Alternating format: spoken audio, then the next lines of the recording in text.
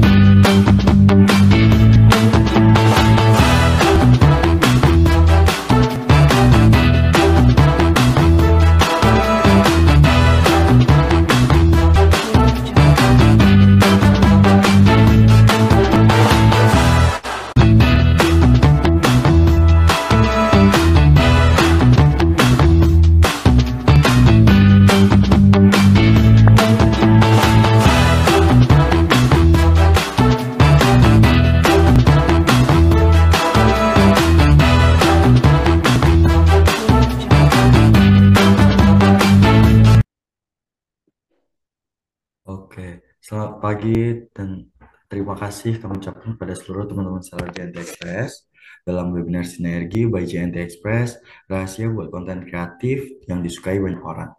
Saya, Dewa, dari Customer Management JNT Express akan memandu jalannya acara pelatihan pada hari ini. Kami menghimbau teman-teman seller bisa menonaktifkan mikrofon selama sesi berlangsung, kecuali pada saat sesi tanya jawab, demi kenyamanan bersama. Khusus untuk pada sesi tanya jawab nanti, teman-teman seller bisa secara aktif karena ada hadiah menarik dari tim JNT Express yang akan kita umumkan di akhir sesi. Sebagai bentuk support JNT Express pada para seller UMKM yang senantiasa menggunakan layanan kami, JNT Express mempersembahkan Sinergi, Siap Bangun Seller Dalam Negeri, sebuah program berkelanjutan yang kami dedikasikan untuk para seller, di mana salah satu kegiatannya adalah pelatihan online ini. Pelatihan online ini juga tidak hanya digelar sekali, yang akan ada beberapa rangkaian pelatihan online selanjutnya, dan pastinya dengan topik yang menarik. Kami harap teman-teman seller bisa mendapat banyak pelajaran baru selama pelatihan ini dan bisa diterapkan nantinya pada bisnis teman-teman seller. Pada kesempatan kali ini, kita kedatangan narasumber yang sangat kece dan paham mengenai dunia perkontenan sosial media. David Wu, seorang konten kreator yang berhasil achieve 10.000 followers dalam 1 bulan. Oke, supaya tidak terlalu lama, untuk memulai pelatihan yang pertama kali ini, saya undang David yang akan memaparkan materi kali ini. David, 准备好了吗？Halo Dewa, thank you Dewa. 好，Halo semuanya, selamat pagi Ibu Bapak. Saya Devi, asli China, sekarang kerja di Jakarta. Saya Pagi, Speaker Training Digital Marketing UMKM hari ini. 呃，大家好，我是本次 GNT 主办的中小微企业卖家数字营销培训讲师 David，欢迎大家来到本次数字营销培训活动。本次活动分为5节课程，其中，sorry，sorry， saya I'm mau about to share my screen, I think.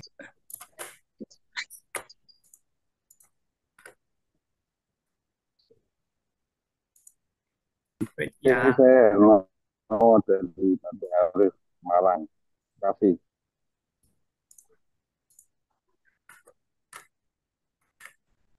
嗨，那本节课程分为5节课程，其中4节是关于数字营销领域的，然后1节是关于营销总结颁奖的。在我们的活动中，你不仅可以收获数字营销的实战培训技巧和经验，还可以通过低成本的方式实现你想要的流量转化效果。除此之外，通过我们的课程互动，还可以赢取由 GNT 提供的100万奖金，以及由 Gen Studio 和 BFM 提供的营销互动优惠券。还有更多惊喜好礼等着你来赢取。希望卖家朋友们在学习的同时也能收获快乐。今天是我们的第1节课，主题是创造受人喜欢的创意内容的秘诀。让我们开始吧。Baik, training hari ini akan dibagi menjadi 5 sesi, 4 diantaranya tentang pelatihan keterampilan digital marketing dengan topik yang berbeda-beda. Pada training ini, teman-teman tidak hanya menambah pengetahuan tentang digital marketing, tetapi juga dapat mengetahui bagaimana sih caranya untuk memperoleh awareness yang tinggi dengan biaya yang rendah. Selain itu juga, ibu bapak atau teman-teman dapat memenangkan hadiah berupa senilai puluhan juta rupiah dari JNT Express dan berbagai voucher branding pada media offline dari Gen Studio dan BFM dan masih banyak lagi hadiah lainnya. Jadi hari ini adalah kelas pertama kita dan topiknya adalah rahasia buat konten kreatif yang disukai oleh banyak orang. 首先自我介绍一下，我叫 David，来自中国，是一名品牌营销培训讲师，同时也是在社交媒体平台上月增10万粉的创意达人。在本节课程中，我将与大家分享我在社交媒体运营方面的一些个人 IP 打造的营销技巧。希望通过这次课程，我们能将前沿的社媒趋势与品牌的深刻洞察相结合，在社媒平台上创造出创新且有效的营销策略。Nah, pertama-tama izinkan beliau memperkenalkan diri. Beliau adalah David dari Cina dan beliau adalah digital marketing profesional dan praktis branding yang mampu meningkatkan followers sebanyak 10.000 per bulan. Pada media sosial kali ini, beliau akan sharing beberapa modul marketing yang beliau buat menggunakan akun media sosial pribadi eh, dalam bermedia sosial, sehingga kita dapat menggabungkan tren media sosial terkini dengan wawasan mendalam tentang brand pada media sosial dengan strategi pemasaran yang inovatif dan efektif. 那在我的理念中呢，无论是个人、品牌还是产品，都是可以通过营销进行更好的包装的。因此，无论你是想打造个人 IP 属性的商家品牌，还是希望强调产品内容和公司形象的品牌，大家都可以运用我们这套策略，在社交媒体上获得更多的关注和互动，甚至实现你们所期望的流量转化效果。Menurut beliau, baik itu orang, merek, atau produk, semua itu merupakan objek yang bisa digunakan untuk menciptakan brand atau image yang lebih baik melalui teknik pemasaran yang tepat. Oleh karena itu, apa yang ingin Anda bangun, brand dengan akun media sosial pribadi atau ingin membuat brand yang menekankan konten produk atau brand image, seller dapat menggunakan tips-tips dari kami nih untuk mendapatkan lebih banyak exposure dan bahkan mendapatkan dampak awareness yang diinginkan. 那在今天的课程中，我会通过各类案例分析、实战演练等多种教学方法，激发大家更多的创造力和批判性思维。最终，你将掌握一整套可以系统复制的品牌增长策略，让我们通过社交媒体渠道实现预期的效果。Nah, pada kelas hari ini, saya juga akan menggunakan berbagai analisis kasus, kuis, atau metode pengajaran lainnya untuk mengasah lebih banyak kreativitas dan pemikiran kritis, sehingga teman-teman atau ibu bapak sekalian dapat mengaplikasikan strategi pertumbuhan merek pada media sosial teman-teman atau ibu bapak. OK，接下来由我的同事 Winka 继续给大家做深入的讲解。嗨 Selamat, ，Winka。selamat pagi, perkenalkan nama saya Vinka. Berikut adalah materi yang telah disusun oleh Ko David dan saya akan menjelaskan materi hari ini. Jadi, bagaimana sih cara beliau meningkatkan followers hingga 100.000 per bulan? Seperti yang tadi dibahas sebelumnya, objek pemasaran kita berupa produk, individu, atau bisnis dalam proses ini, mulai dari pembuatan konten, interaksi dengan audiens, hingga menginfluence audiens. Di sini kami berulang kali menggunakan konten dan teknik pemasaran kami untuk membuat audiens sadar akan brand yang dan kesan produk kami, sehingga dapat menjalin hubungan yang lebih baik dengan audiens.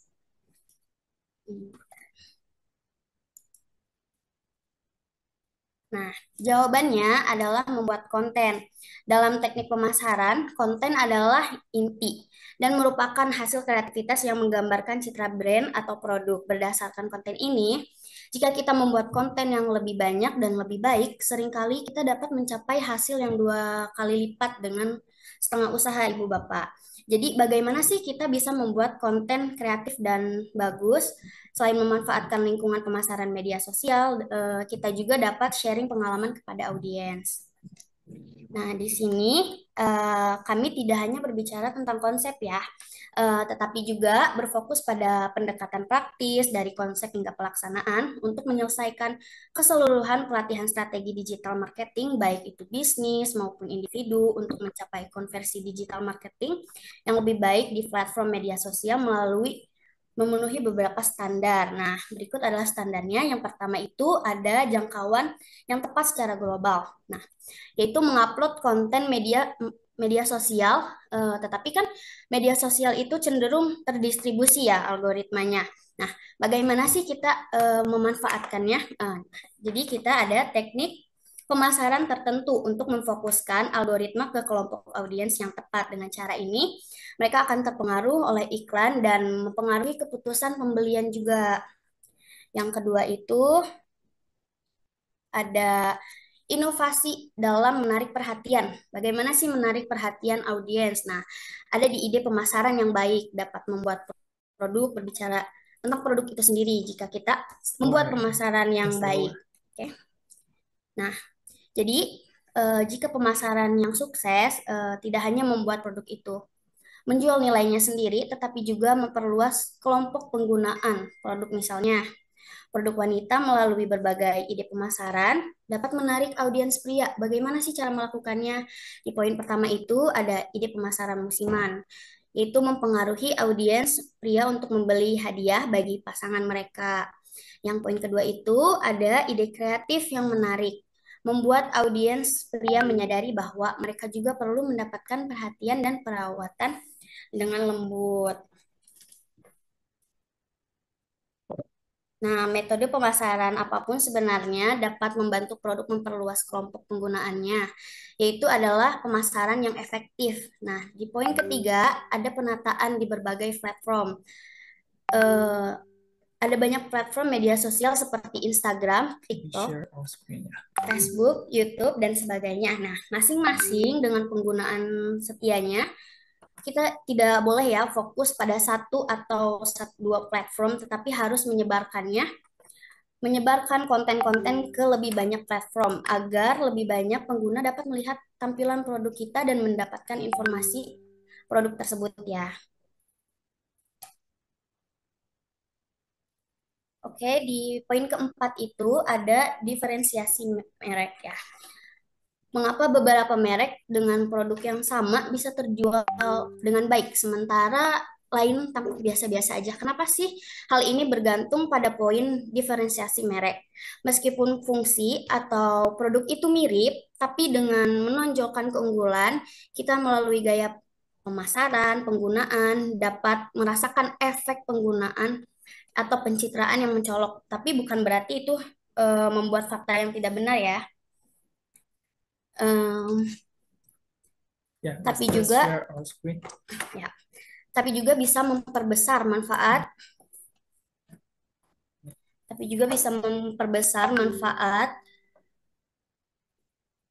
dan pengalaman penggunaan sehingga pengguna dapat merasakan kayak lebih mendalam atau mempengaruhi keputusan pembelian mereka.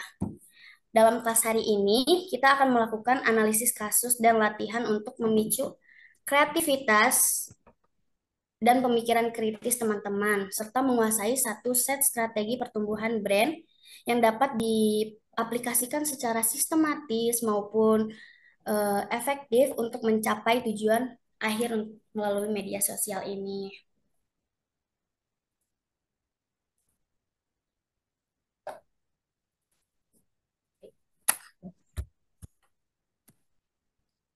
Nah, kelas hari ini akan dibagi menjadi 4 sesi untuk membahas bagaimana sih menciptakan konten kreatif yang disukai oleh banyak orang. Pertama itu adalah kekuatan komersial video pendek atau Reels. Kami akan membahas bagaimana brand atau bisnis dapat memanfaatkan algoritma dari platform video melalui video pendek untuk mencapai tujuan komersial. Teman-teman atau ibu bapak sekalian bisa menganalisis kasus pendek hari ini untuk mempelajari atau meningkatkan 10.000 followers per bulan dengan video pendek. Nah, di bagian kedua adalah sumber kreativitas dalam pemasaran media sosial.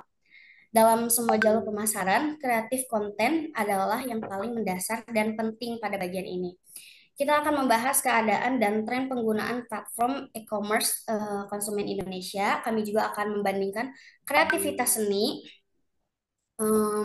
dengan kreativitas iklan serta menjelaskan bagaimana cara pemasaran media sosial dapat membangun konten efektif dan kreatif. Di bagian ketiga ini adalah kasus viral dan alat pemasaran. Nah, kami akan menganalisis kasus pemasaran yang menarik dan mendalam dari berbagai industri, sharing pengalaman, dan merekomendasikan alat untuk pembuatan video, desain, dan copywriting. Di bagian keempat adalah teknik dan interaksi pemasaran media sosial. Kami akan menganalisis teknik menjual produk melalui video viral dalam industri serta metode interaksi pemasaran yang lebih mendalam. Di akhir kelas juga kami akan mengadakan sesi tanya jawab untuk mempelajari lebih banyak teknik promosi media mainstream dan pengalaman praktis.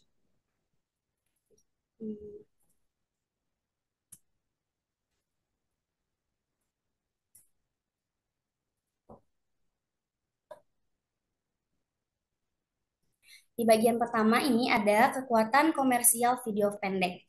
Nah, teman-teman akan mengeksplorasi bagaimana sih merek-merek dapat memanfaatkan video pendek untuk menghasilkan keuntungan yang besar, serta bagaimana influencer dapat mencapai peningkatan 100.000 pengikut dalam sebulan di platform media sosial. Di slide selanjutnya bisa dilihat oleh ibu bapak. Di sini ada beberapa contoh video pendek dari beberapa influencer. Nah, sekarang teman-teman eh, bisa dilihat beberapa contoh tersebut. Nah, dapat dilihat berbagai elemen produk atau elemen pemasaran berbasis skenario. Beliau ingin bertanya satu pertanyaan jika teman-teman adalah seorang influencer, jika teman-teman adalah seorang konten kreator di platform video. Bagaimana sih teman-teman akan berpikir untuk konten tersebut seperti video video yang ada di slide ini? Bagaimana teman-teman bisa membuat ide untuk video tersebut? Berapa banyak sih faktor yang kita dapat untuk meningkatkan kemungkinan keberhasilan pemasaran produk? Nah, pertama, teman-teman bisa melihat di gambar pertama muncul seorang konten kreator yang berfokus pada humor dengan pengguna, di mana kontennya terutama berisi lelucon dan humor atau langsung berdiskusi dengan pengguna tentang topik hangat terbaru di masyarakat. Nah, gambar kedua itu menunjukkan proses melakukan pekerjaan rumah yang termasuk dalam skenario kehidupan sehari-hari di rumah. Dalam lingkungan ini, beberapa banyak titik masuk produk yang bisa kita tanamkan. Nah, dalam skenario tersebut, seperti itu, bagaimana kita sih mempengaruhi keputusan pengguna melalui konten video. Di gambar ketiga, ada seorang konten kreator perempuan yang kita kenal sebagai influencer yang memiliki penampilan menarik dan bakat. Dia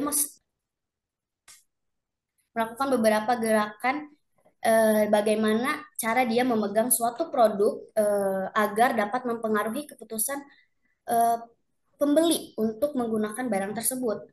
Dan di gambar keempat itu ada instruksi penggunaan dan demonstrasi hasil dari mesin selfie, bagaimana konten dari gambar perangkat sederhana ini dapat mempengaruhi pengguna untuk mengunjungi lokasi tersebut secara offline. Misalkan teman-teman atau ibu bapak sekalian adalah seorang influencer, ketika ibu bapak menerima permintaan pemasaran produk dari 4 gambar ini, bagaimana teman-teman akan menyelesaikan karya video teman-teman, ibu bapak sekalian untuk mempengaruhi keputusan penggunaan. Di slide selanjutnya. Nah, di sini beliau juga telah memberikan jawaban yang sesuai. Konten kreator pertama adalah tipe konten kreator humor. Jadi saluran kemampuannya adalah memasarkan produk akan lebih cenderung melalui bentuk penyampaian lisan atau verbal endorsement dan penyiapan produk dalam topik yang dibahas. Dalam pembahasannya juga dia akan menyebutkan produk atau merek kami dengan cara seperti itu, melakukan humor, dia menyesuaikan rantai pemasarannya, tentu saja itu masih tergantung pada basis audiens yang sudah dia miliki, yaitu nilai personal brandnya. Nah, di gambar kedua itu menunjukkan sebuah skenario rumah tangga tipe konten kreator yang pemasarannya melakukan kegiatan sehari-hari dan biasanya juga akan menggunakan percakapan saat melakukan pekerjaan rumah dan mendemonstrasikan produk dan skenario kehidupan sehari-hari sehingga pengguna dapat merasakan secara impresif menggunakan produk dalam lingkungan rumah dengan menciptakan suasana rumah yang lebih hangat dan nyaman serta sebagai proses penggunaan produk mereka mempengaruhi keputusan pembelian. Di gambar ketiga itu ada menampilkan seorang influencer kecantikan. Orang biasanya lebih tertarik dan menyukai hal-hal yang indah atau cantik, ganteng, gitu ya. Tapi menonton konten serupa secara terus-terus bikin bosen kan ya. Dan menyebabkan kelelahan visual. Oleh karena itu, influencer kecantikan tidak hanya mengarahkan audiens untuk membeli melalui penjelasan lisan atau tampilan produk semata, lebih seringnya mereka ini menggunakan pertandingan ulasan produk dan analisis profesional untuk menunjukkan efek penggunaan produk tersebut. Nah, di konten video mereka juga memperkuat pesan melalui penampilan mereka sehingga pengguna bahkan hanya melalui gambar dapat merasakan sih bagaimana aroma dari produk tersebut, misalkan parfum yang mereka pegang ditambah dengan perbandingan dan deskripsi yang rinci. Hal ini dapat menggoyahkan keputusan pembelian pengguna dan menimbulkan perasaan dan imajinasi bahwa jika kita menggunakannya juga membuat kita berpikir, saya juga bisa menjadi lebih cantik dan harum. Nah, di gambar keempat ini menampilkan pengalaman kunjungan langsung ke lokasi offline melalui pengalaman dan suasana yang menyenangkan. Informasi tentang perangkat atau produk baru kemudian diperlihatkan, menarik perhatian menggunakan untuk datang ke toko fisik dan mencoba produk tersebut. Melalui analisis gambar-gambar di atas, ibu bapak dapat merasakan bahwa platform media sosial adalah media komunikasi bisnis yang sangat efisien dari segi biaya dengan lalu lintas yang besar ya, dan hambatan teknis yang relatif rendah. Di platform ini kita juga dapat membuat berbagai konten pemasaran untuk produk, memungkinkan lebih banyak pengguna untuk melihat produk yang kita jual dan memicu tindakan pembelian. Nah, bagi mereka pelaku bisnis, terutama penjual e-commerce, jalur ini adalah metode pemasaran yang paling hemat biaya. Saat ini tidak peduli seberapa besar sih ukuran toko tersebut, ibu bapak atau teman-teman bisa ukuran toko teman-teman atau berapa banyak stok yang teman-teman atau ibu bapak miliki sekarang, atau seberapa tinggi sih penjualan ibu bapak dan teman-teman sekalian selama teman-teman dapat menggunakan jendela konten untuk menceritakan kisah merek atau produk tersebut dengan baik dan membuat produk yang bagus dan bisa berbicara sendiri. Teman-teman dan ibu bapak dapat memiliki kesempatan untuk membalikan keadaan dan menjadi juara penjualan di kategori produk tersebut. Di halaman selanjutnya, nah, jadi bisa kita lihat ada beberapa adegan dalam gambar ini. Ini adalah cuplikan dari konten video pendek yang berkualitas tinggi yang dibuat oleh pedagang. Ketika teman-teman atau ibu bapak melihat adegan-adegan ini, ibu bapak dan teman-teman juga dapat bertanya pada diri sendiri, bagaimana sih seorang pedagang menemukan kesempatan untuk berkomunikasi dengan kelompok tertentu atau pengguna kami melalui konten video. Maksudnya berapa banyak sih titik masuk komunikasi dalam video ini yang bisa mendorong transaksi jual beli. Jadi mari kita coba cari jawabannya ya bareng-bareng. Pertama-tama ini kita bisa lihat sebuah daerah pertanian dengan banyak semangka. Jelas bahwa ini menggambarkan lingkungan tempat produk dibuat dan sumber bahan baku yang digunakan produk tersebut. Pedagang menggunakan sudut pandang ini untuk menunjukkan bahwa lingkungan dan bahan baku produk tersebut dapat merasakan keaslian dari bahan baku serta tingkat kesehatan dari produk itu sendiri. Nah, pada slide kedua kita melihat sebuah video yang menampakkan makanan yang diunggah dan sharing tentang keseharian. Nah, dan bisa kita lihat ya, mengamati teknik memasak, lalu apa sih yang ingin dia capai seorang pedagang itu dengan menggunakan jenis adegan ini untuk berkomunikasi dengan kelompok-kelompok atau konsumen. Nah, pada slide ketiga juga kita dapat melihat seorang influencer kecantikan dengan ekspresi bingungnya dari sudut pandang pedagang. Bagaimana sih kita menafsirkan video ini dan berkomunikasi dengan pengguna kita? Apakah kita dapat memanfaatkan plot cerita yang hidup ini untuk mendorong emosi pembeli? Nah, pada slide keempat, kita bisa melihat sebuah video yang menampilkan berbagai ide kreatif tentang teknologi AI. Dari sudut pandang pedagang juga kita bisa melihat bagaimana sih cara mereka memanfaatkan pendekatan ini untuk mempromosikan platform atau kursus AI dan mencapai conversion rate. Nah, jadi, jika kita kembali ke pertanyaan sebelumnya, ada beberapa banyak titik komunikasi dalam video-video ini yang dapat mendorong transaksi jual beli. Ini adalah salah satu cara untuk mengeksplorasi peluang bisnis yang mungkin tersembunyi dalam suatu video pendek. Nah, berikut adalah beberapa pedagang memahami atau memanfaatkan peluang tersebut. Nah, tentu saja kami juga akan memberikan beberapa penjelasan. Nah, kembali ke slide pertama, selain menunjukkan asal-usul produk yang telah disebutkan, sebagai pedagang kita juga harus meminta influencer untuk menampilkan topik eh, produk dalam percakapan dengan membandingkan bahan baku dari berbagai produk dan merekonstruksi skenario yang kita dapat untuk menarik perhatian pengguna dan mempengaruhi para pengguna itu untuk melakukan pembelian pada produk kita ya. Dalam lingkungan kedua, sebagai pedagang kita juga dapat menggunakan pembuatan suasana yang ditampilkan dari DIY atau kreatif untuk berkomunikasi dengan konsumen tentang fitur atau produk, baik itu secangkir kopi, sepotong kue, atau cara memasak buah yang unik, atau bahkan pengalaman menggunakan peralatan rumah tangga besar dalam suasana rumah. Semuanya dapat menjadi titik masuk untuk berkomunikasi dengan pengguna atau konsumen.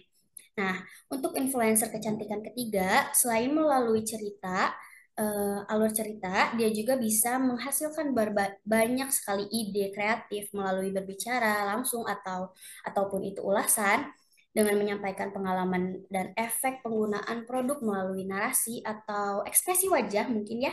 Penggunaan dapat merasakan efek dan pengalaman produk tersebut. Nah, untuk adegan keempat ini kita bisa menggunakan influencer untuk membagikan barang-barang baru yang menarik, melakukan penyampaian secara langsung, dan melalui pengalaman sudut pandang pertama agar pengguna dapat menemukan produk-produk baru dalam kehidupan sehari-harinya. Nah, di slide selanjutnya ini ada video-video yang video-video di atas itu kita dapat memanfaatkan berbagai titik pemasangan seperti berbicara langsung, suasana, ulasan, perbandingan atau alur cerita, dan sudut pandang untuk mempengaruhi pikiran.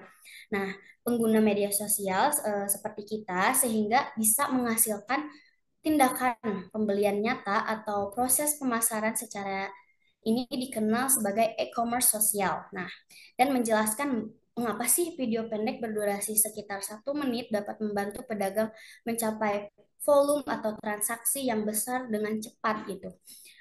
Oleh karena itu, kita juga harus belajar untuk memanfaatkan tren e-commerce di media sosial untuk menggali lebih banyak peluang bisnis yang tersembunyi dalam video pendek atau reels. Nah, slide selanjutnya juga kita akan menjelaskan apa sih itu social commerce. Social commerce memiliki 3 karakteristik ya. Pertama, dimulai dari elemen sosial.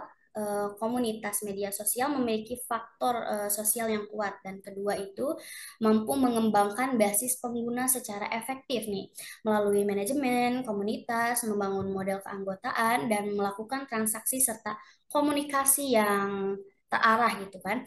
Ketiga itu akhirnya mencapai konvensi basis pengguna, yaitu melalui saluran media sosial untuk mencapai konvensi traffic. Nah, di Asia Tenggara ini juga kan model sosial terlebih dahulu, kemudian baru e-commerce. Sangat populer di pengguna untuk mendapatkan suatu informasi, rekomendasi dari mulut ke mulut, dan kepercayaan mereka melalui jendela pencarian di media sosial.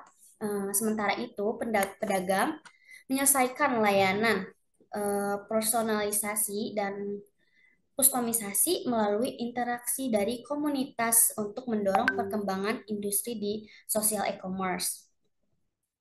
Di slide selanjutnya ada hal yang juga bergantung pada cara unik konsumen di Asia Tenggara dalam menggunakan media sosial nih. Banyak pengguna memperoleh informasi yang lebih beragam. Nah, rekomendasi dari mulut ke mulut misalnya, serta pengaruh dan kepercayaan merek Melalui jendela pencarian di media sosial, pedagang juga bisa memanfaatkan kekuatan komunikasi dan interaksi ini untuk menyediakan layanan yang lebih personal dan custom.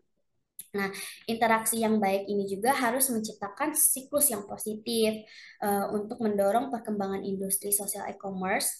Oleh karena itu, kita juga harus mengikuti tren baru yang perlu teman-teman pelajari dan terapkan seperti di media sosial bukan hanya saluran online ya dengan tingkat penggunaan yang tinggi di mana setiap orang aktif setiap hari di platform ini.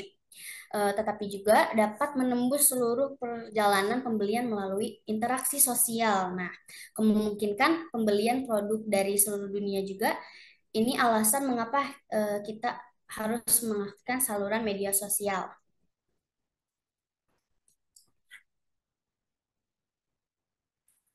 Nah, di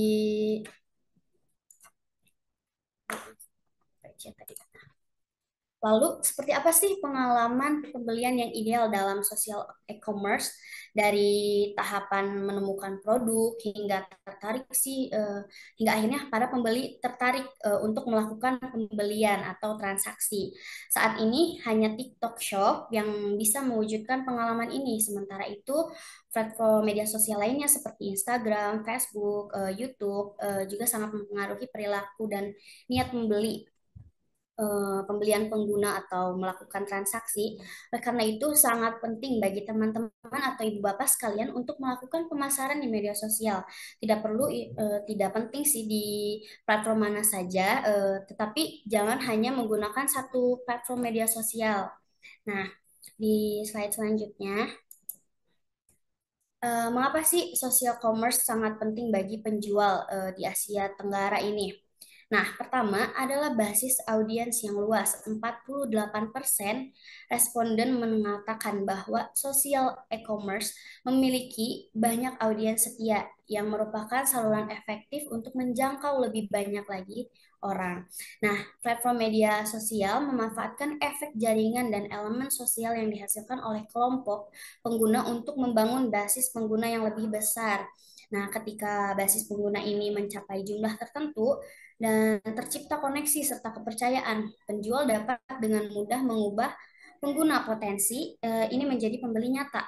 Dan kemudian pengalaman transaksi yang lebih mulus di platform media sosial, proses transaksi menjadi lebih lancar atau alami ya. Hal ini dikarenakan pengguna sudah membangun hubungan atau kepercayaan di platform media sosial dan kepercayaan ini dapat sangat mengurangi hambatan atau pengambilan keputusan pembelian atau transaksi ya. Selanjutnya, social e-commerce memungkinkan penjual untuk menargetkan audiens yang memiliki niat membayar secara tepat atau sehingga meningkatkan tingkat konversi. Sebaiknya belanja offline sulit mencapai penargetan atau seakurat ini. Nah, terakhir, pengalaman berbelanja offline yang memiliki sifat sosial di Asia Tenggara, belanja offline biasanya itu memiliki unsur sosial tertentu ya. Namun berbelanja online tidak memiliki elemen sosial alami. Nah, platform e-commerce tradisional harus mengeluarkan biaya pemasaran yang tinggi untuk membangun basis pengguna dan biaya ini pada akhirnya akan dibebankan kepada merek atau penjual. Sementara itu, social e-commerce memanfaatkan interaksi sosial dari platform media sosial membantu penjual untuk menyelesaikan konvensi pengguna dengan biaya yang lebih rendah dan tidak begitu besar ya. Singkatnya, pentingnya sosial e-commerce di Asia Tenggara ini tercermin dari dalam basis audiens. Nah, karena audiens yang luas, pengalaman transaksi yang mulus, penargetan audiens yang tepat atau serta membangun kepercayaan pengguna melalui transaksi interaksi sosial dengan memanfaatkan social e-commerce, penjual di Asia Tenggara dapat menyelesaikan konversi penggunaan dengan biaya yang lebih rendah dan lebih efisien, yang lebih tinggi atau mencapai hasil penjualannya dengan baik ya. Pada slide selanjutnya,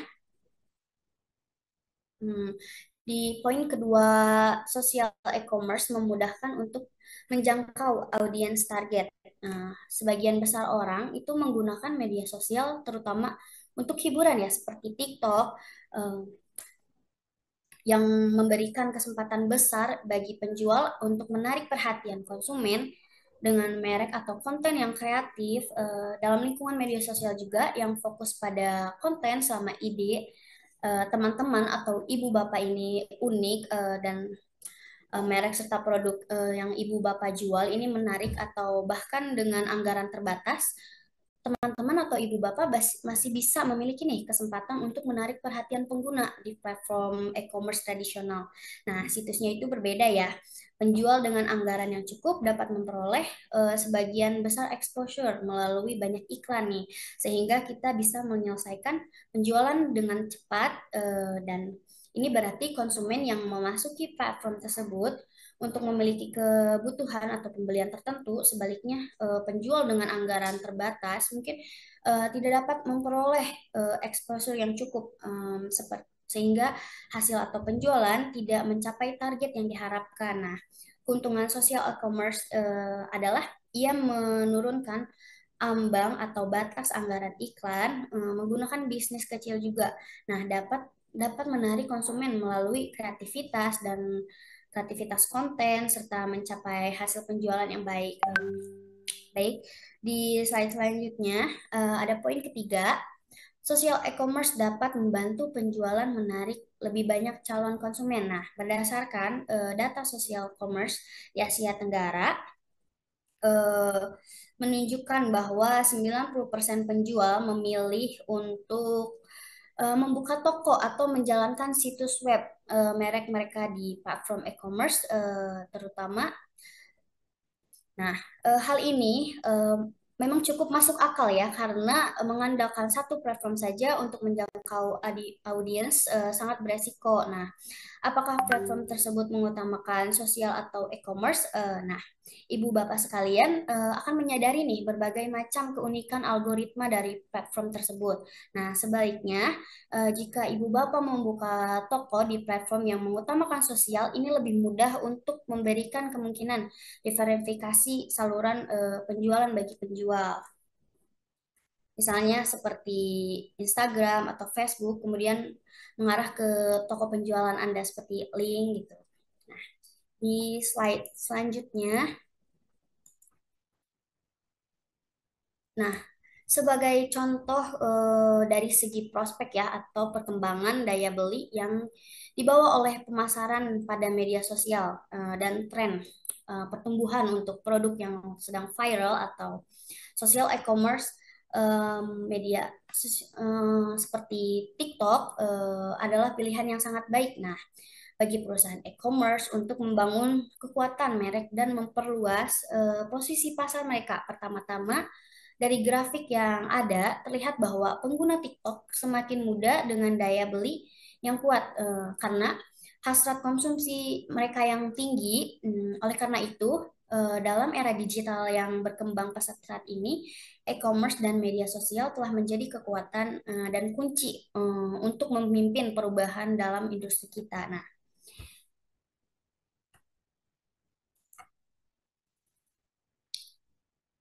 seperti yang dikatakan oleh Kevin Kelly, where attention flows, money follows. Nah, pemasaran kita telah memasuki era ekonomi perhatian e-commerce berbasis konten. Nah, pemasaran media sosial tidak hanya berpotensi untuk menjadi peluang untuk pertumbuhan penjualan e-commerce, tetapi juga ini bisa menjadi titik balik nih di era yang mendominasi lonjakan penjualan produk. Nah, di slide selanjutnya, mengapa sih kita sekarang sangat memperhatikan sosial e-commerce dari perkembangan pasar e-commerce global? Tren ini sangat jelas bukan? Kayak pada awalnya era e-commerce kita memasuki fase pilihan mandiri nih, di mana nih para konsumen berbelanja melalui rak visual. Selanjutnya memasuki era sosial dengan rekomendasi lalu lintas yang sangat pesat di mana platform e-commerce secara aktif merekomendasikan produk kepada pengguna melalui algoritma rekomendasi menjadi pengalaman belanja yang lebih personal. Nah, Namun, saat ini kita telah memasuki di era 3.0 dari social e-commerce, di mana karakteristik fase ini adalah interaksi dua arah, nah, antara konsumen dan produk keputusan belanja. Tidak hanya dipengaruhi oleh tampilan atau produk rekomendasi, tetapi juga sangat bergantung ya pada reputasi publik dengan ulasan pengguna di media sosial. Konsumen semakin menghargai umpan atau serangan balik pengguna yang nyata dan rekomendasi dari sebuah komunitas, sehingga keputusan pembelian akan semakin bergantung pada reputasi atau ulasan platform sosial. Karena itu, platform media sosial menjadi saluran yang penting bagi pedagang untuk membangun kepercayaan pada merek dan meningkatkan pengaruh besar melalui interaksi sosial dan penyebaran reputasi. Pedagang juga dapat baik memenuhi kebutuhan konsumen dan seperti mendorong perkembangan jangka panjang sebuah merek.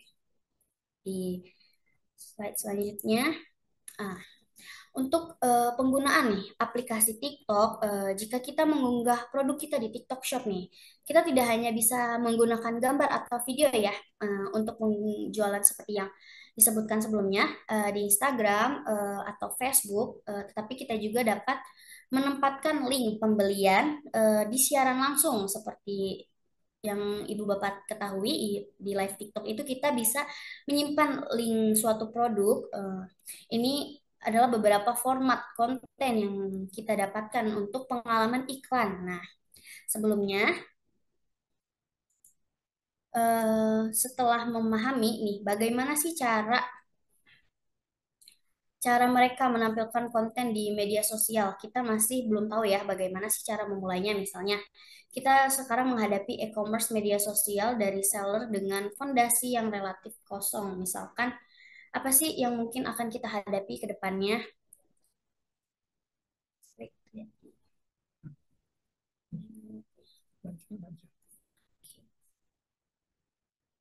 Nah, di page selanjutnya ini ada apa saja sih?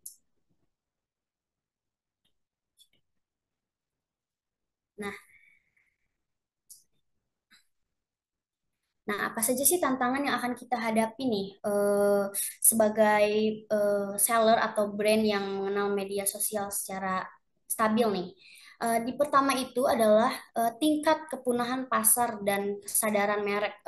Pasar e-commerce di Indonesia ini kan sangat kompetitif ya pada dasarnya nih. Kesadaran merek yang rendah atau pedagang baru itu harus mencari terobosan untuk bisa bersaing di dalam e-commerce. Nah, di poin kedua itu adalah kurangnya strategi pemasaran media sosial nih.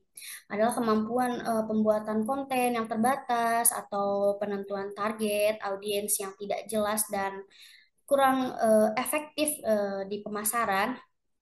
Yang ketiga itu adalah kurangnya penggunaan teknologi atau alat nih. Tidak terbiasa mungkin ya sebagai pedagang baru yang memasuki e-commerce, biasanya itu belum terbiasa dengan operasi atau platform media sosial dengan analisis data atau mengurangi efisiensi pemasaran ya. Nah, di yang keempat itu ada analisis perilaku dan preferensi konsumen nih.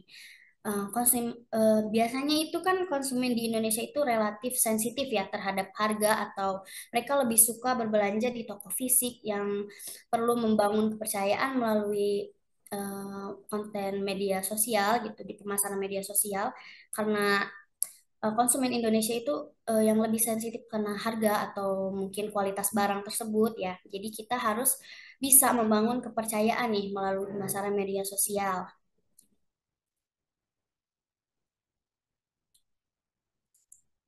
Nah, di slide selanjutnya adalah bagaimana sih pedagang awal yang mencari peningkatan gitu ya. Nih, tantangan yang harus dihadapi oleh pedagang yang telah membangun platform nih. Perubahan di poin pertama itu ada perubahan pasar cepat dan atau persaingan yang ketat nih. Tren pasar e-commerce di Indonesia juga sering berubah-ubah ya, harusnya sulit diprediksi lah gitu. Banyak pedagang yang bersaing untuk mendapatkan mangsa atau pasar tren. Tekanan dari pesaing juga kan akan lebih besar ya. Nah, di Poin kedua itu adalah sulit mengikuti arus tren. Nah, kemampuan pembuatan konten yang terbatas adalah menentukan target audiens yang tidak jelas. Juga banyak pedagang bersaing untuk mendapatkan nih mangsa pasar tren, tekanan persaingan sangat besar maupun tekanannya ya. Nah, yang ketiga itu ada di penyebaran evaluasi negatif atau krisis reputasi nih. Untuk evaluasi di media sosial yang mudah menyebar dengan cepat, itu juga dapat memberikan dampak yang negatif bagi pedagang atau pedagang-pedagang baru yang baru membuat konten. Nah, di poin keempat itu adalah pertumbuhan pengikut masuk tahap bottleneck. Ini adalah perhatian pengguna di media sosial yang terbatas. Nah, banyak akun yang bersaing untuk mendapatkan perhatian dengan cara memasarkan produknya melalui beberapa media sosial agar menarik banyak perhatian pembeli untuk melakukan transaksi jual beli produk tersebut.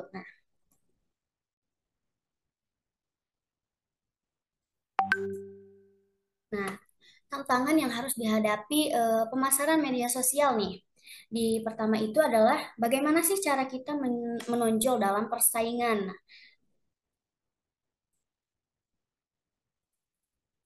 Nah, di poin kedua itu ada bagaimana mempengaruhi keputusan pembelian pengguna. Nah, bagaimana sih cara kita mempengaruhi para pembeli untuk melakukan transaksi nih, seperti membuat konten yang kreatif dan inovatif itu dapat mempengaruhi para pembeli untuk melakukan transaksi pembelian produk kita sendiri ya.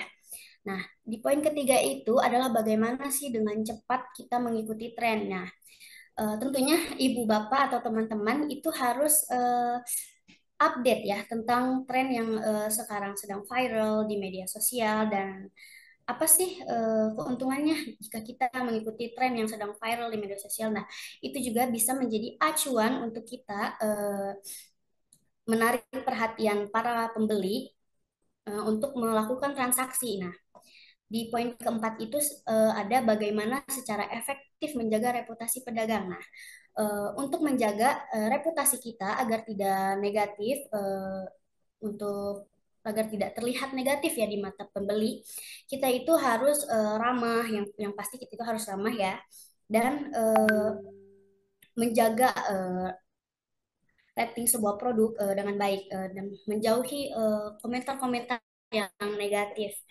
Nah, sekarang kita dapat melihat nih pentingnya e-commerce sosial dan memahami mengapa sih penjual dan pembeli menyukai e-commerce sosial. Namun di balik gemerlap atau daya tarik sebuah konten pemasaran seperti apa sih yang mendukungnya? Nah, eh, untuk menghadapi tantangan atau masalah yang dihadapi para pedagang dalam pemasaran media sosial, bagaimana kita bisa mempelajari dan menerapkan pengetahuan serta keterampilan praktis nih dalam pemasaran media sosial untuk mengatasinya. Nah, dalam kursus hari ini kami akan memimpin teman-teman atau ibu bapak sekalian untuk mengungkap nih misteri di balik masalah tersebut serta berbagi rahasia inti dari pembuatan konten pemasaran media sosial dengan teknik peningkatan pengikut. Nah, di part yang kedua ini adalah, nah, sekarang kita memasuki bagian kedua yaitu sumber ide nih. Sumber ide untuk pemasaran di media sosial. Pada bagian ini, kami akan mengajarkan kepada teman-teman dan ibu bapak sekalian apa yang sebenarnya merupakan kreativitas dalam iklan media sosial. Pertama-tama, kita akan ajukan sebuah pertanyaan nih, apakah kita benar-benar cukup memahami apa itu ide kreativitas dalam menghadapi tantangan sulit?